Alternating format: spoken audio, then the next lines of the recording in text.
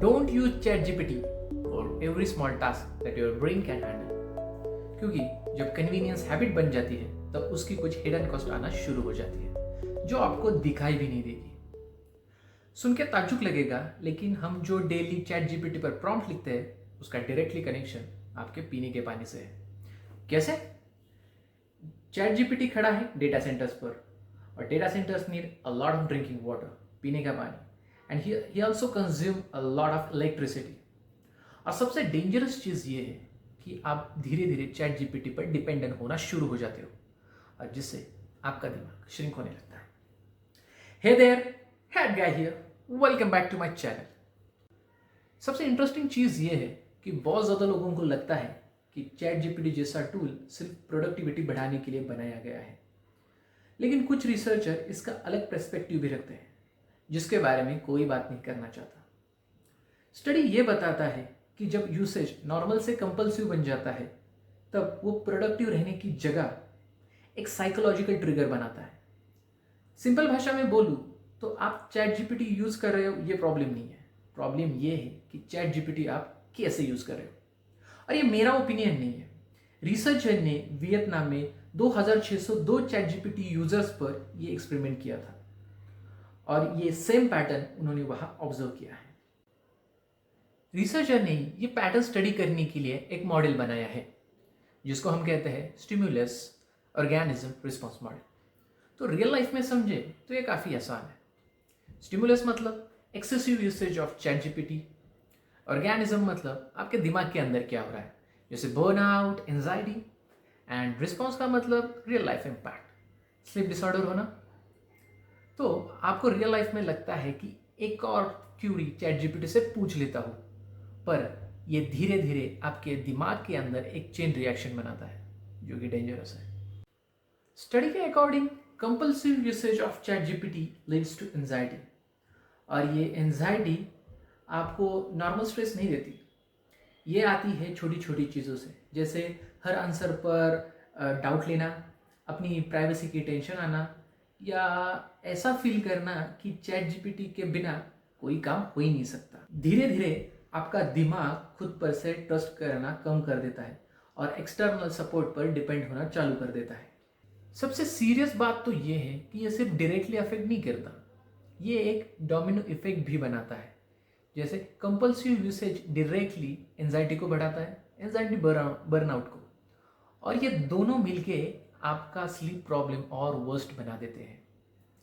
इसलिए कई लोग थके हुए फील करते हैं, स्ट्रेस में रहते हैं, इनको ये पता नहीं चलता कि इनका रूट कॉज में भी इनका AI यूसेज हो सकता है। अगर ध्यान से देखो तो ये सेम पैटर्न हम सोशल मीडिया या गेमिंग एडिक्शन में भी देखते हैं। पहले कन्वीनियंस होता है, देन हैबिट बिल्ड होती है, और फिर डिपेंडेंसी बढ़ती है, और फिर धीरे धीरे आपका दिमाग खुद पर से कंट्रोल खोना शुरू कर देता है। इस केस में थोड़ा सा डिफरेंस है, क्योंकि ChatGPT प्रोडक्टिव लगता है तो इसके जो वार्निंग साइंस है वो इजीली विजिबल नहीं है। हर एक ChatGPT प्रॉम्प्ट एनवायरनमेंट के लिए एक्सपेंसिव होता है, लेकिन ये पूरी तरह सच नहीं है। रियल कॉस्ट एक्चुअली यूज करने में नहीं बल्कि सिस्टम बनाने में लगती है, बिल्कुल एक फैक्ट्री बिल्ड करने जैसा। GPT-3 मॉडल को ट्रेन करने के लिए अराउंड 1260 मेगावाट इलेक्ट्रिसिटी यूज हुई थी। ये लगभग 550 टन ऑफ CO2 इमिशन के जितना है, और GPT-4 के केस में तो ये estimation around 21,660 ton of CO2 emission के जितना है।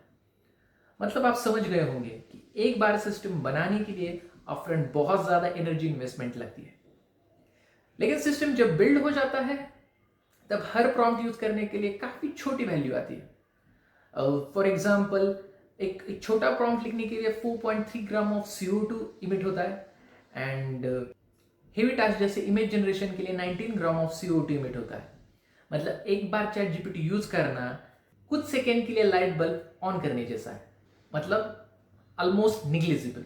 इसको सिंपल भाषा में समझने के लिए हम अपने डेली लाइफ से कंपेयर करते हैं। इवन एट हायर एस्टिमेशन एक ChatGPT प्रॉम्प्ट का इम्पैक्ट काफ़ी छोटा आता है एज कंपेयर टू हमारे डेली लाइफ के एक्टिविटी से। फॉर एग्जाम्पल, इम्पोर्टेड एस्पैरागस का एक serving around 2 kg of CO2 create करता है, मतलब 1 मील के बराबर इम्पैक्ट करने के लिए तुम्हें अराउंड 433 चैट जीपीटी प्रॉम्प्ट्स लिखने पड़ेंगे। तो इंडिविजुअली चैट जीपीटी यूज करना कोई बड़ी बात नहीं लगती, लेकिन प्रॉब्लम तो तब है जब मिलियंस ऑफ लोग इसको बार बार हर छोटी चीजों के लिए डेली यूज करते हैं। हमको लगता है बस एक और प्रॉम्प्ट और वही बिलियंस प्रॉम्प्ट बन जाते हैं, और यही छोटा नंबर एक मैसिव इम्पैक्ट क्रिएट करता है। लेकिन इन्वायरमेंट के आगे भी एक डीप कॉस्ट है जो हमको बिल्कुल समझ नहीं आती। जब हम हर छोटे डिसीजन, हर छोटे डाउट, हर छोटे टास्क के लिए चैट जीपीटी यूज करने लगते हैं तो धीरे धीरे हमारा दिमाग काम करना कम कर देता है। ये बिल्कुल कैलकुलेटर यूज करने जैसा है। बेसिक मैथ्स के लिए हम अपनी एबिलिटी तुरंत नहीं खोते, लेकिन वक्त के साथ धीरे धीरे हम अपनी नेचुरल थिंकिंग को वीक करते जाते हैं। अब सवाल ये है कि अगर प्रॉब्लम इतना लेयर्ड है तो क्या कोई सॉल्यूशन नहीं है? क्या हम एआई यूज करना बंद कर देना चाहिए? नहीं, real solution is smart usage, not zero usage. सबसे पहले हमें यह समझने की जरूरत है कि हर छोटी टास्क के लिए हमें सेम लेवल का एआई यूज करना जरूरी नहीं होता।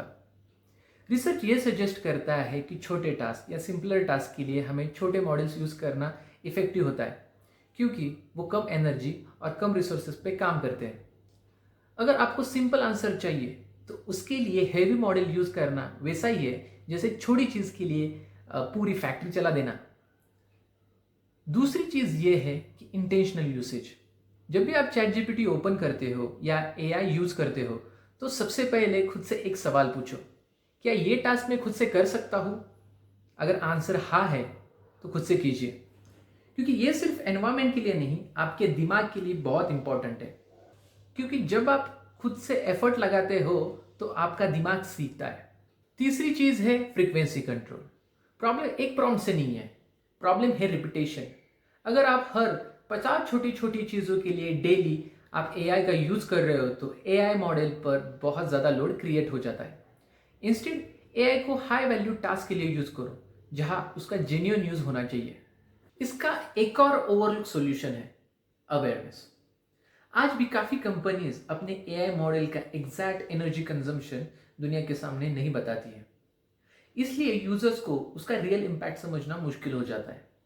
जब तक ट्रांसपेरेंसी नहीं होगी तब तक रिस्पॉन्सिबल एआई का बनना मुश्किल है। इसलिए फ्यूचर में सस्टेनेबल एआई का मतलब सिर्फ पावरफुल एआई नहीं, बल्कि ट्रांसपेरेंसी एंड इफिशिएंट एआई होगा। फाइनली ये समझना जरूरी है कि टेक्नोलॉजी खुद में ही प्रॉब्लम नहीं होती, उसका यूसेज पैटर्न प्रॉब्लम बन जाता है। अगर एआई को तुम टूल की तरह यूज करोगे तो ये बहुत पावरफुल है, लेकिन अगर तुम उस पर हर छोटी चीज के लिए डिपेंड होना चालू कर देते हो तो ये तुम्हारे थिंकिंग और एनवायरमेंट के लिए, दोनों के लिए प्रेशर क्रिएट करेगा। तो सिंपल सॉल्यूशन है लेस माइंडलेस यूसेज, मोर माइंडफुल यूसेज। क्योंकि जब कंट्रोल आपके हाथ में हो तो एआई एम्पावर करता है, लेकिन जब हैबिट कंट्रोल कर लेती है तो कॉस्ट सिर्फ एनर्जी कंजम्पशन या CO2 इमिशन नहीं होती, कॉस्ट होती है आपकी थिंकिंग एबिलिटी।